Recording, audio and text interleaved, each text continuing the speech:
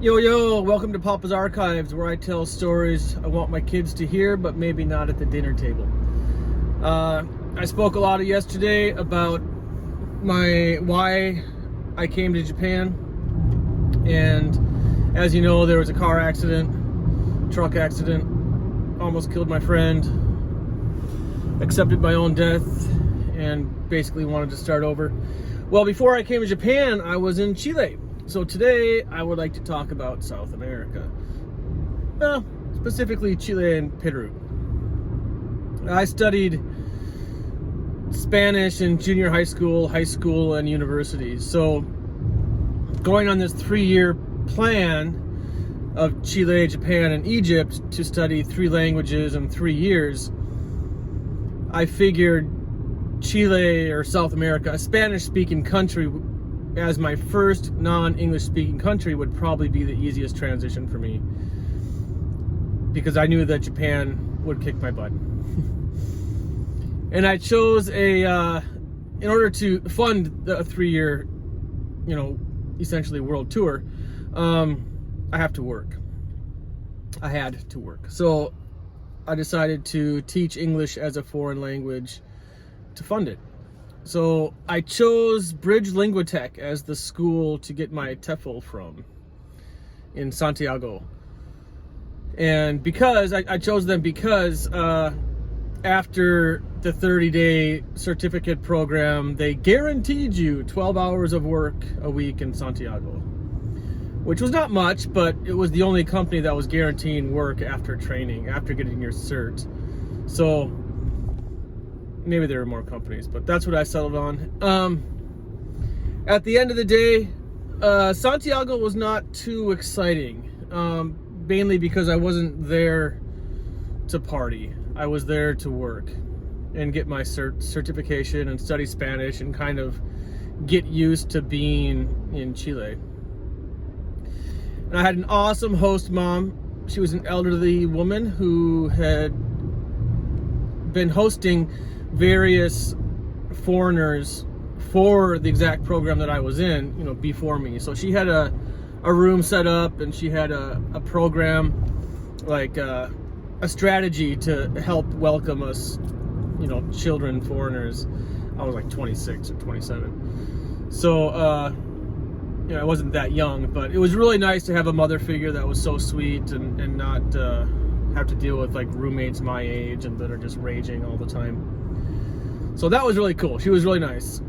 And aside from that, in Santiago, like, I was just in class every day. I would walk to the school, and that's it. I would like design curriculums in the evenings to present the next day and try to teach, and I would study Spanish. And your first month in I don't want to say foreign country, because your first month in a country that doesn't speak your native language, let's put it that way, is pretty exhausting. It's just, I mean, you can study in school and prepare and then get there and just be like, whoa, none of you guys speak the language I studied in class. And that's just the reality. So the first month is usually pretty daunting. So for me, Santiago was just study. I was there for 4 days before I even saw the mountains. I had no idea that Santiago was surrounded by the Andes. I mean, on a map, I knew that. But you walking around Santiago, you'd have no idea. There's so much pollution, you can't see 100 feet in the air. Well, you can see 100 feet, but you can't see the mountains surrounding you. But then it rained, and it washed all the pollution away, and I was like, oh, these mountains are gigantic. And they are. If you're a skier or a mountain person, get down to Chile for sure. Which was really strange, because I was leaving skiing. I was getting away from that, and I didn't bring my skis to South America on purpose. I highly regret that now, but at the time, where I was at in life, I really needed to get away from skiing and restart my life. If you're questioning why I had to do that, then you need to watch the first video. Anyway, so then I was lucky.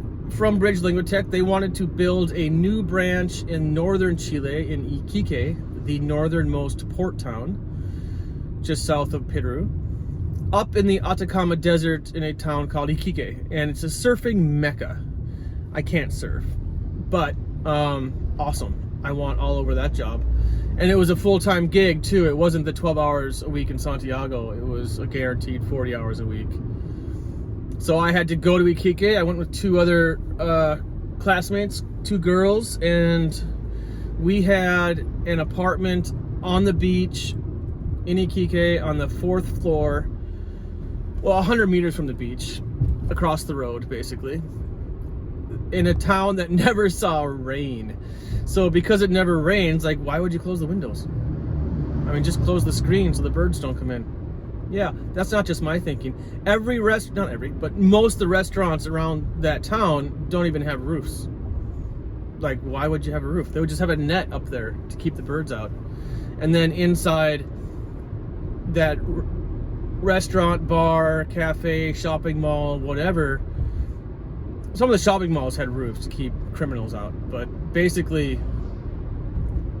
all the little suburban areas, restaurants and stuff, they would just be full of plant life because this is the driest place on the planet.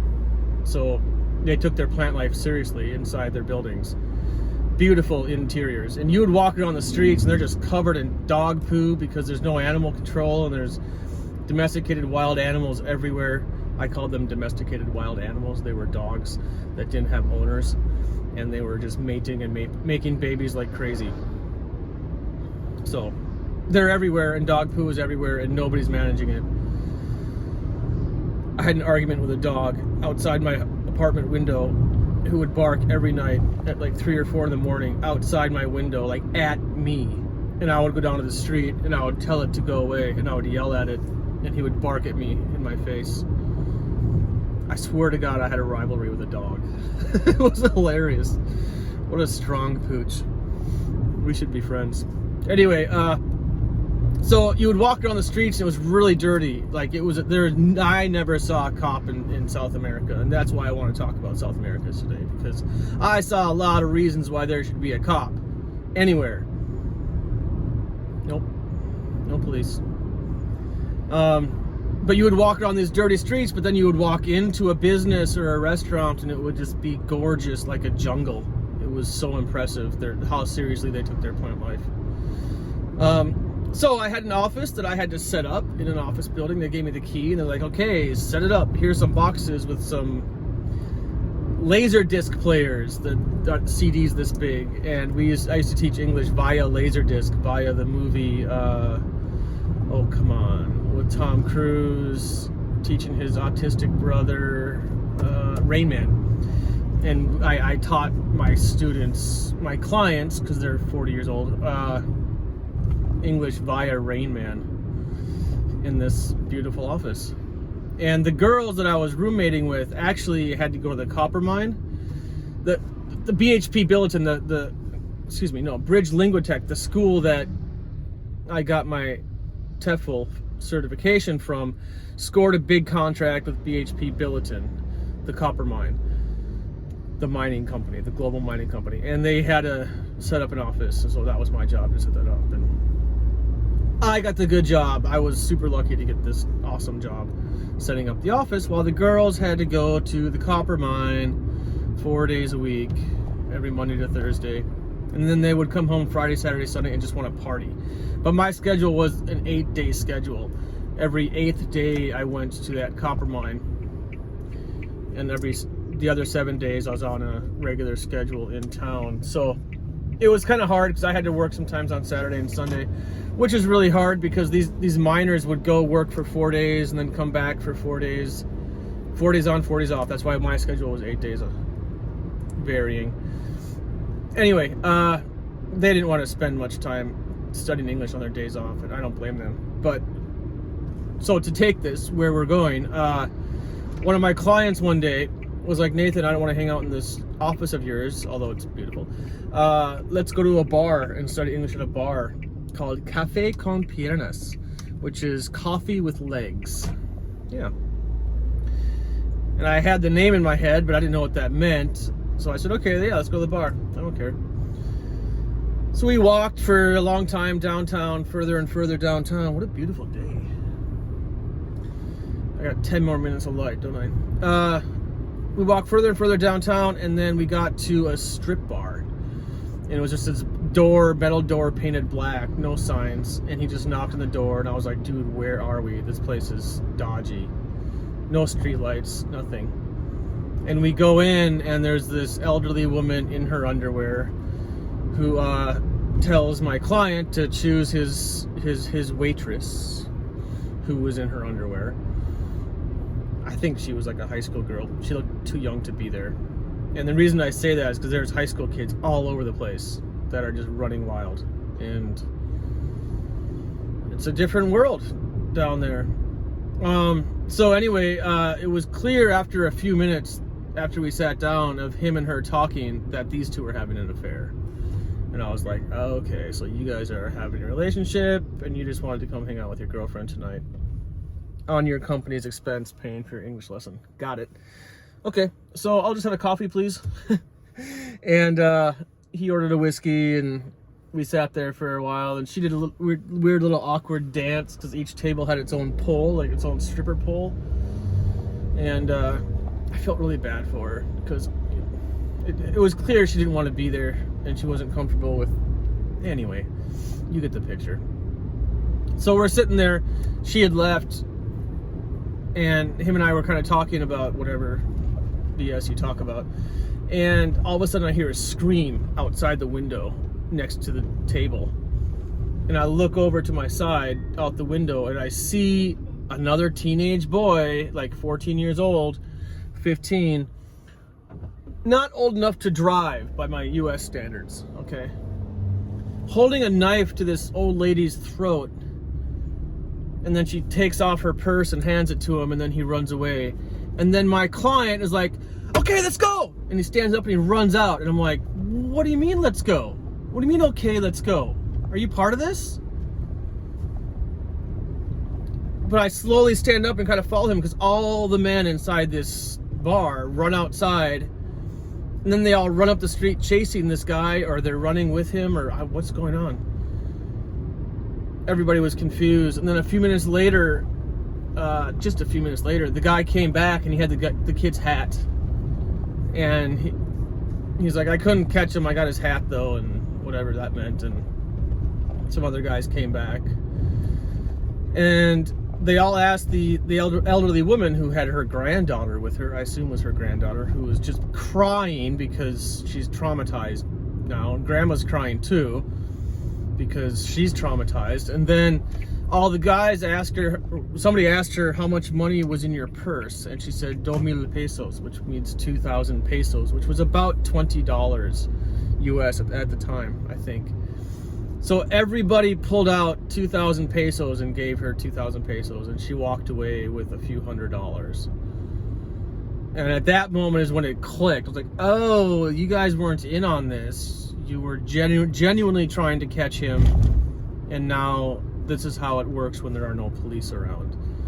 That was my first little experience with community coming together, taking care of each other when nobody's calling the cops. There are no cops to call in South America. You don't do that.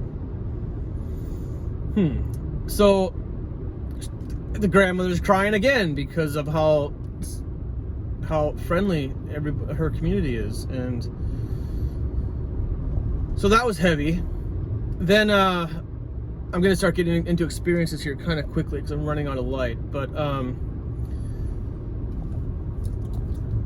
after that was when I became famous in town for doing nothing. I was famous in Iquique for having blonde hair, and everybody knew who I was. I went to the supermarket, and I was paying, and the staff, the clerk, was like, "Oh, hi, Nathan." And I was like, "How do you know my name?" And she's like, "You're Nathan." Everybody knows who Nathan is. And I was just, this is all in Spanish, of course, but I was just like, whoa, okay. Then shortly, this all happened within like a week. These three stories I'm going to tell you, they all happened within a week, and that's why I'll get there in a moment. But I was taking a taxi somewhere, and I got in the car, and the taxi driver knew my name, And he's like, oh, hi, Nathan. Where do you want to go? And I was like, how do you know my name? And he said, well, you took a taxi home alone last night from such and such bar way out at the edge of town, which was like a nightclub. I think it was called Kamikaze. And I was like, yeah, did you drive me? I don't remember that taxi drive home because I was drunk. And he's like, no, I didn't drive you. But your taxi driver got on the radio and told all of us, hey, there's this guy named Nathan. He's from America. He has blonde hair. He's about 27 years old. He's an English teacher in town. And he's taking a taxi home alone from a bar, drunk, and can barely take care of himself. If any of you guys pick him up at the taxi, please explain to him why this is a problem. This guy was just lecturing me, and I was just like, what's the problem? And he's like, Nathan, there are fake taxi companies that go to bars and pick up drunk foreigners pretending they're a taxi, and then drive you out to the middle of nowhere, rob you, and then just leave you there, drunk, sleeping on the ground. And I was like, oh, first I was scared you knew my name, and now I'm relieved you know my name. You guys are all watching out for me. Again, in a place where there's no police, the community looks out for each other. That was awesome. A couple nights later, again, I lived on the beach, so I'm walking on the beach one night. I used to run on the beach too, but this time it was at night, and there's this group of fishermen who would sleep on the beach. If you ever are homeless or find yourself losing everything and you're looking for a place to go be homeless, go to Iquique, because it's a world-class surfing mecca. They never get rain. It's always like 60, 70 degrees. You don't even need a blanket. You can just sleep on the beach, fish every day for your food, sell the fish for some cash. These homeless guys were killing it. And I would walk by them all the time and never thought anything of it until one night they're like, yo, hola, Nathan! And they're waving at me and yelling my name. And I'm like, we've never talked. How do you know my name? And they said the same thing. You're Nathan. Everybody knows who Nathan is. And I was just like, what's going on this week? Everybody just became famous. This was after like a month or two in Iquique where suddenly everybody just knew who I was. And it was really creepy because I didn't do anything. So that moment, I decided to turn around and go to the store. I bought 2 boxes of red wine, 3 or 4 cartons of cigarettes, and I went and I sat down with these guys and we drank and got drunk and smoked cigarettes all night until sunrise, and I became like their best friend because I need those guys on my team. If this entire community knows who I am, I need the guys who are in the dirt with the other people who are making bad decisions in the community. I need them on my team. There's an expression in English, keep your enemies closer than your friends, or something like that. And I didn't consider them enemies, but I wanted to kind of, I don't know, bribe the homeless community for my safety. Does that make sense? Like, I had no intention of hanging out with them after that, and I never, gave them money for food or anything before that moment. But as soon as I needed a community, it was like, okay, time to become bros with these guys. And honestly, it was I had 4 nights, I think, where I hung out with them almost weekly. I would go down there. I would just bring them wine and cigarettes. We would just hang out and just drink all night. And that's what they did for a living. They did that every night, but I would join them once every 8 days. Now that I think about it, that was my working schedule. And they were all really good peeps. They were super cool. They just fished. That's all they did. They would just go out in the ocean and fish and catch fish, bring it to the markets and sell it to restaurants. And they're all friendly rivals. Like, they were all like, they would sabotage each other's fishing equipment so they couldn't fish the next day. They're so mean to each other, but they were such good friends. It was cool because they could only sell one fish to the restaurant that's at the pier, so they're gonna sabotage each other's fishing stuff. And it was all in good jest. It was cool. Those guys were cool. So it's kind of weird because South America to me has this dark side of no police and just high levels of crime. But then with that came this community where people are always supporting each other and looking out for each other, and like, hey, the only way we're gonna survive these crackheads and these people that are all like the teenage kid that's knife mugging elderly women because he's chasing his white stuff, which was the common nomenclature, the common known thing. There's a huge problem with that stuff down there, huge, because there's no cops, and that's one of their big exports. So a lot of these kids that work the farms, you know, basically as slaves, they work those coca farms. Well, while they're working, they become addicts, and then now they're up to high crime. It's a horrible situation to be in. So parents fight hard to keep their kids in school, and it's just a battle. So I never got mugged in South America, and I was alone a lot, and I learned to walk down the middle of the street when you're alone. If you're alone in a dodgy part of anywhere in the world, dude, walk down the middle of the street. Why? A, you have to, if somebody's gonna mug you, you give them, you force them to expose themselves before they actually hit you. And B, it kind of makes you look like a psycho.